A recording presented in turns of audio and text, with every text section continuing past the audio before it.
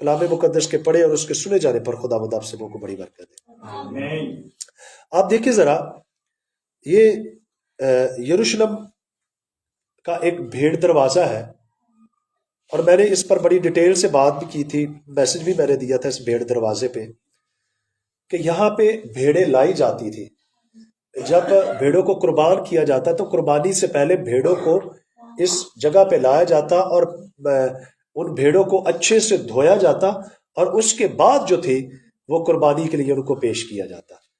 اور بالکل یسوع مسیح نے جیسے کہا کہ میری بھیڑیں جو ہے وہ میری آواز کو پہچانتی ہیں، سنتی ہے میری آواز۔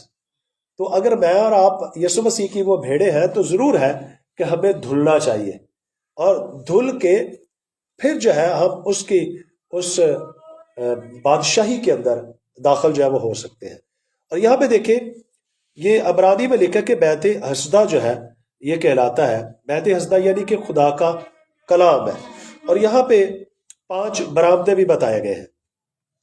اگر ہم ان 5 برآمدوں کی بات کریں تو یسوع مسیح کے 5 زخم بھی تھے، ٹھیک ہے؟ یسوع مسیح کو زخم جو لگے تھے، 5 زخم بھی تھے جہاں پہ یسوع مسیح کے لگے تھے۔ تو یہاں پہ جو ہے وہ ایک ایسا آدمی ہے جو کہ لنگڑا ہے، بیمار ہے، اندھا ہے، پس مردہ ہے، اور پانی ہلنے کا منتظر رہتا ہے۔ فرشتہ وقت پہ آتا اور پانی کو ہلاتا، اور جو کوئی اس پانی میں پہلے اتر جاتا وہ شفا پا جاتا۔ اور یہاں پہ جب ہم اس آدمی کو پڑھتے ہیں تو میں بھی اس کے گھر والوں نے اسے چھوڑ دیا ہوگا۔ آپ سب جانتے ہیں، جتنا مرضی بھی آپ ایک دوسرے کو، ماں باپ کو، بیوی کو، بچوں کو پیار کرتے ہیں، ایک وقت ایسی بیماری، ایسی حالت آ جاتی ہے کہ آپ سوچنے پر مجبور ہو جاتے ہیں کہ ہم اس دکھ کو دیکھ نہیں سکتے، ہم اس پریشانی کو جو ہے وہ دیکھ نہیں سکتے۔ اس سے بہتر ہے کہ یہ اس دنیا سے آرام پا جائے، راحت پا جائے، سکون مل جائے، اور یہ اپنی مشکل سے جو ہے الوداع ہو جائے۔ ہو سکتا ہے کہ اس نے بھی 1 سال بیماری میں گزارا ہو، 2 سال بیماری میں گزارا ہو، اس کے گھر والوں نے آہستہ آہستہ اسے چھوڑ دیا، اور پھر اسی جگہ پر جہاں پہ حوض کے پاس آ کر یہ آدمی جو ہے وہ ہمیں ملتا ہے، اور یہاں پہ فرشتہ آتا ہے اور وقت پر پانی لے کے ہلاتا ہے، اور جو کوئی اس پہ پہلے اتر جاتا ہے وہ شفا پا جاتا ہے۔ اور اس کی جو بیماری ہے، یہ جو بیمار آدمی ہے، یہ جو پسمردہ ہے، یہ 1 2 4 دن 5 دن یا 10 سال یا 12 20 سال کا بیمار نہیں ہے، یہ 38 برس کا بیمار ہے۔ کتنے سال کا جی؟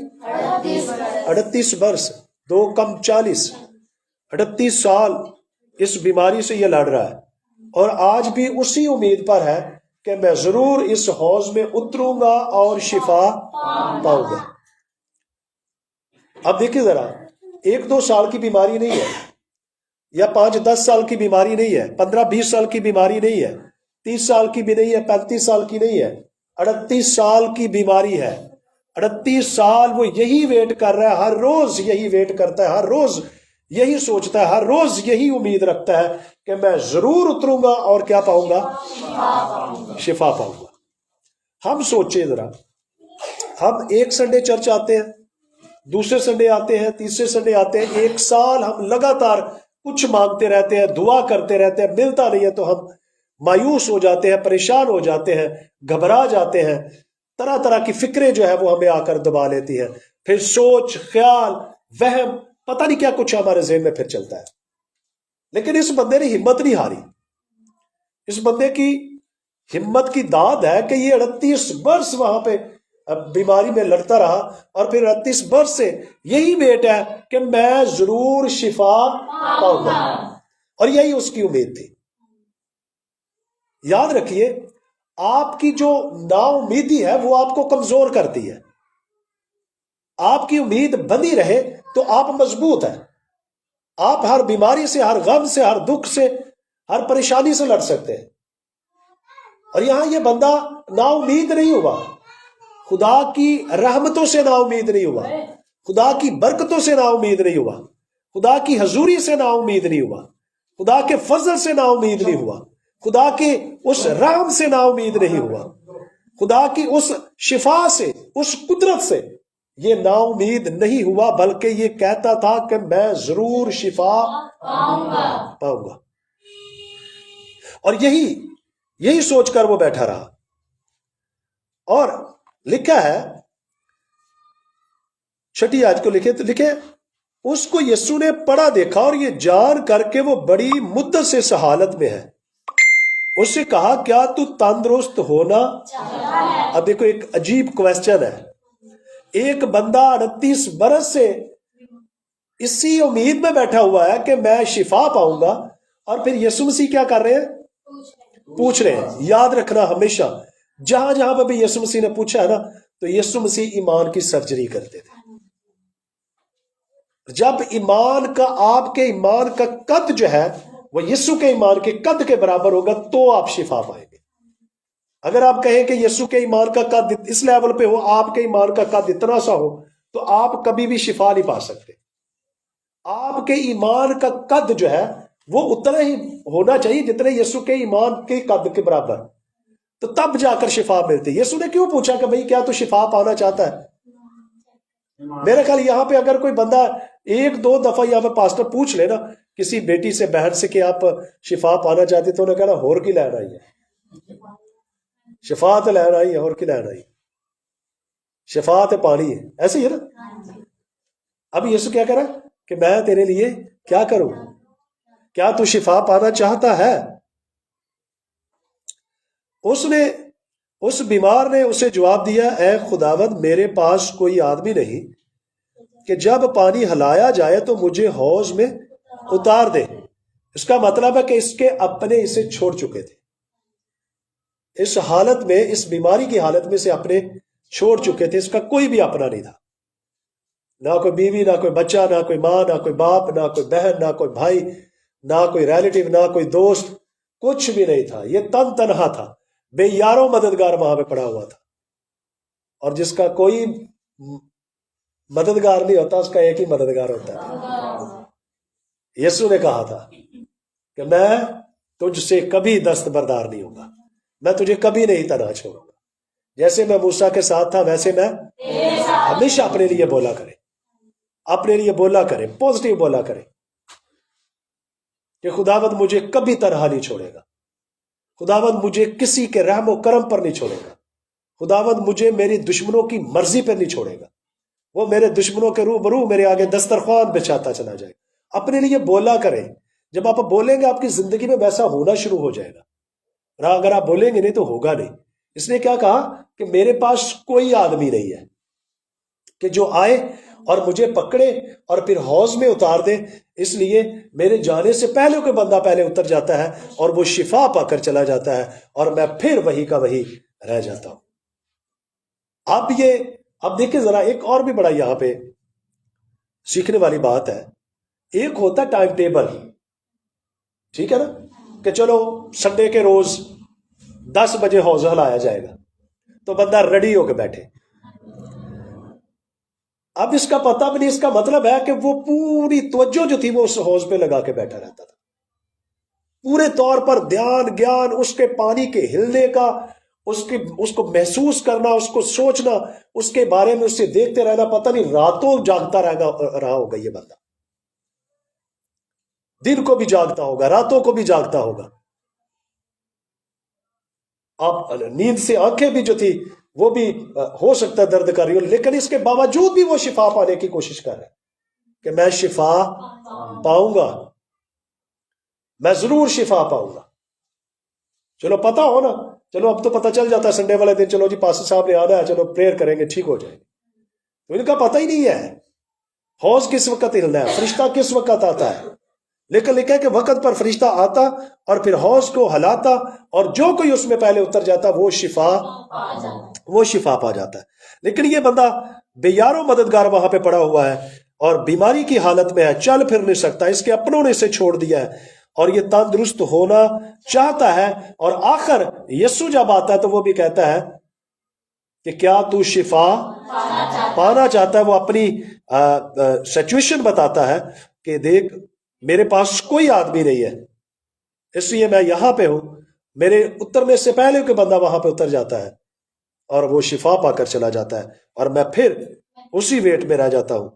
تو یسوع نے اس سے کہا اب حوض کو آرڈر دینے والا، ہلانے والا وہ خود آ جاتا ہے. ہلیلویا. آپ کی زندگی میں یسوع آنا چاہتا ہے، آپ کے سامنے کھڑا ہونا چاہتا ہے. آپ تجربہ کر کے دیکھیں، بات کر کے دیکھیں، کہیے یسوع آج مجھے مل، آج مجھ سے گفتگو کر، آج میرے روبرو آ کر بات کر. میں آپ کو بتاؤں یسوع مسیح ضرور آپ سے بات کریں. میں بڑی ایمان سے بول رہا ہوں، آپ بولیں گے آپ کے لیے ہونا شروع ہو جائے گا. لیکن یسوع نے اس سے کہا اٹھ، اپنی چار پائی اٹھا کر چل پھر. کتنے لفظ کہے؟ یسوع نے کہا اٹھ، اپنی چار پائی اٹھا اور پھر چل پھر. 4-5 لفظ کہے اور انہی لفظوں کے اندر طاقت ہے. خدا کے منہ کے لفظ کے اندر جو طاقت ہے، قدرت ہے، اسی قدرت نے اسے کیا کر دیا؟ تقویت دے دی، طاقت دے دی، زندگی دے دی، تندرستی دے دی، صحت دے دی. اب وہ بندہ جو 38 برس سے کبھی چلا ہی نہیں ہے، 38 برس سے کبھی اٹھا ہی نہیں ہے، 38 برس سے بے یار و مددگار پڑا ہوا ہے، 38 برس سے جو کسی کی سمجھ میں نہیں ہے، وہ 38 برس کا بیمار جو ہے اس کے اندر طاقت اور قوت دیکھو کیسی آ گئی کہ اس نے اپنی چار پائی اٹھائی اور چلنا پھرنا شروع کر دی. ہاللیلویا.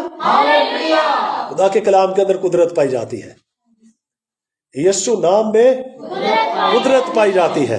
لکھا ہے وہ شخص فوراً 1 منٹ کے لیے لگا، فوراً آنکھ جھپکتے ہی وہ بندہ جو ہے وہ تندرست ہو گیا. اور لکھا ہے اور اپنی چار پائی اٹھا کر چلنے پھرنے لگا. یہی وہ معجزہ تھا. اس معجزے کے بعد مشکلیں بڑھی ہیں یسوع کے لیے، آسانی نہیں ہوئی. لوگ پہلے بھی مخالف تھے، لوگ پہلے بھی جو تھے وہ یسوع کو گرانا چاہتے تھے، مارنا چاہتے تھے. لیکن اب لکھا ہے کہ یہ دن کون سا تھا؟ تو یسوع سبت کے دن زیادہ معجزے کرتے تھے. موقع سبت کو ملتا تھا، لوگ سبت کو آتے تھے. اور پھر یسوع جو تھے وہ ان کے ذہنوں سے اس بات کو ہٹا دینا چاہتے تھے کہ سبت کا مالک جو ہوں وہ میں ہوں.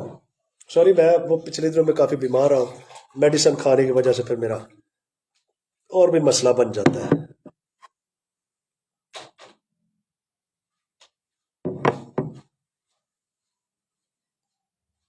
یہی وہ معجزہ تھا جس نے کیا کیا، بعد میں پریشانی کو زیادہ کریٹ کیا.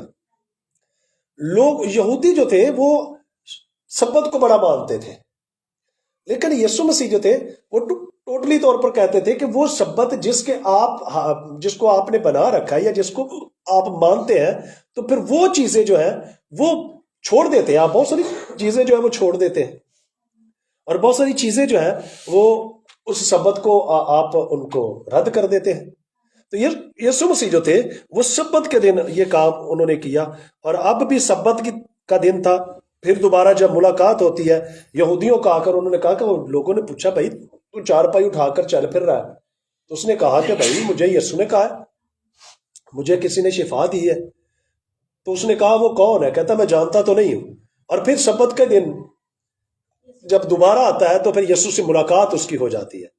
اور پھر یسوع جب اس سے ملتا ہے تو اس سے یسوع سے بات کرتا ہے اور کہتا ہے کہ دیکھ تو تندرست ہو گیا ہے. تو کیا ہو گیا ہے؟ تندرست ہو گیا ہے. پھر گناہ ایسا نہ ہو کہ تجھ پر اس سے بھی زیادہ آفت آئے. خدا چاہتا ہے کہ آپ کو خدا نے ان تمام آفتوں سے، ان تمام دکھوں سے، ان ساری پریشانیوں سے آپ کو آزاد کیا ہے. تو لکھا ہے کہ دوبارہ غلامی کے جوے میں نہ جتو. اب جب یسوع سے اس کی بات ہوتی ہے تو پھر وہی یہودیوں کے پاس جاتا ہے بندہ اور جا کر بتاتا ہے کہ مجھے اس کا پتہ چل گیا جس نے مجھے شفا دی ہے اس کا نام یسوع مسیح ناصری ہے. اور لکھا کہ اس کے باپ جو تھے انہوں نے یسوع مسیح کو زیادہ تنگ کرنا شروع کر دیا، پریشان کرنا شروع کر دیا، قتل کرنا کی سازشیں زیادہ ہو گئی، زیادہ سے زیادہ اس کے خلاف جو تھے وہ پروپوگنڈے جو تھے وہ بنائے گئے. یاد رکھیے آپ یسوع کے ساتھ چلتے رہیے، آپ کی زندگی میں معجزے ہوں گے. بہت سارے معجزے خدا کے جلال کے لیے ہیں، بہت سارے معجزے جو ہیں وہ آپ کو خدا کے قریب لے کر جاتے ہیں، اور بہت سارے معجزے ایسے ہیں جس میں آپ کی جان بھی جا سکتی ہے. معجزے بھی ہو گئے، جان بھی جا سکتی ہے، لیکن بہت سارے ایسے بھی ہیں. اب دیکھیں ذرا، اگر ہم بات کریں کہ یسوع سیدھے سیدھے کام کرتا ہے سیدھے سیدھے طریقے دے نال، تو ایسا تو نہیں ہوتا. اب دیکھیں پالوس سیلاس قید خانے کے اندر بند ہے، سیدھے سیدھے بھی تو شفا پا سکتے تھے نا، نجات پا سکتے تھے، لیکن وہاں پہ ضرورت تھی کہ پالوس اور سیلاس وہاں پہ جاتے اور وہاں خداوند کے نام کو جلال ملتا، وہاں پہ دروگا بچتا، لوگ بچتے. پالوس بھی اسی طریقے سے قید خانے کے اندر بہت ساری زندگیاں بچائی. آپ کو جہاں پہ بھی خدا لے کر جاتا ہے خدا کا منصوبہ ہوتا ہے، اور خدا اپنے منصوبے کو اپنے طریقے سے کرتا ہے. ہم اپنے منصوبے بناتے ہیں اور پھر کہتے ہیں کہ یہ میرا منصوبہ ہے، اور ہم اپنے منصوبے کے تحت جو ہے وہ چلتے ہیں. لیکن خدا کے منصوبے جو ہے ہمیشہ بولا کرے میرے لیے کیا ہے جی؟ اچھے اور بھلے اور خوبصورت اور چنگے اور یونیک ہے، زبردست ہے خدا کے منصوبے. بولیے اپنے لیے خدا کے منصوبے میرے لیے زبردست ہے. وہ میرا رہبر بنا رہے گا، وہ میرے آگے آگے چلے گا، وہ میری رہنمائی کرے گا، اور وہ مجھے کبھی تنہا نہیں چھوڑے گا. اس کے منصوبے میرے لیے خوبصورت، یونیک اور زبردست ہے. آمین. آئیے اپنی آنکھوں کو بند کریں گے اور دعا کریں گے. جو لوگ چاہتے ہیں کہ ہماری دعا کی جائے وہ اپنے پاؤں پر کھڑے ہو جائیں گے، باقی لوگ بیٹھے رہیں گے.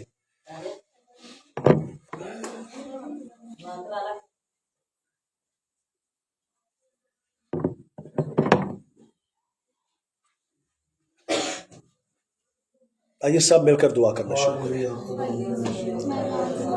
کوئی بھی زبان خاموش نہ ہو. جاہو جلال کا بادشاہ رب الفاظ خداوند وہ جو سب ناموں میں اعلیٰ اور افضل ہے، اس کے وعدے سب ہاں کے ساتھ ہے. وہ جلالی ہے، وہ قدوس ہے، وہ مہان ہے. اور میرے خداوند یسوع کے نام میں تو آ اور چھو لے. یسوع نام میں آ اور چھو اور اپنے لوگوں کو برکت دے. تیرے بیٹے یسوع نام میں تیری بڑی قدرت کو مانگتے ہیں، تیری حضوری کو، تیرے مسا کو، تیرے زور کو، تیری قدرت کو یسوع نام میں مانگتے ہیں. خداوند آج ان میں سے کوئی خالی نہ جائے، بلکہ تیرے کلام سے سیک اور آسودہ ہو، تیرے کلام سے پوتر ہو، تیرے کلام سے چھڑائے اور بچائے جائے. تیرا کلام زندگی بخشے، تیرا کلام تازگی بخشے. تیرا کلام جو ہمارے قدموں کے لیے چراغ اور ہماری راہ کے لیے روشنی ہے، تیرے کلام کے سبب سے خداوند ہم چھڑائے اور بچائے جائیں. تمام دیکھنے والوں کو، سننے والوں کو یسوع نام میں برکت دیتا. تیرا خادم ہوتے ہوئے یسوع نام میں تیری بڑی قدرت کو مانگتا ہوں، تیری حضوری کو اور تیرے مسا کو یسوع مسیح ناصری کے نام میں مانگتا ہوں. تمام طرح کے جوے ٹوٹے یسوع مسیح ناصری کے نام میں، اور تمام طرح کے لعنتیں جائے تیرے بیٹے یسوع مسیح ناصری کے نام. اپنی بڑی قدرت کے وسیلہ سے چھو لے اور تیرے لوگ آزاد ہو یسوع مسیح ناصری کے نام میں. اب اور اسی وقت ساری بیماریوں، ساری کمزوریوں، ساری لعنتوں چھوڑ دو اور بھاگو یسوع نام میں. تیری بڑی قدرت کو مانگتے ہیں. Hallelujah, hallelujah. باقی لوگ دعا کرتے چلے جائیں تاکہ ان کے لیے دعا کی جائے. ہیلیلویا.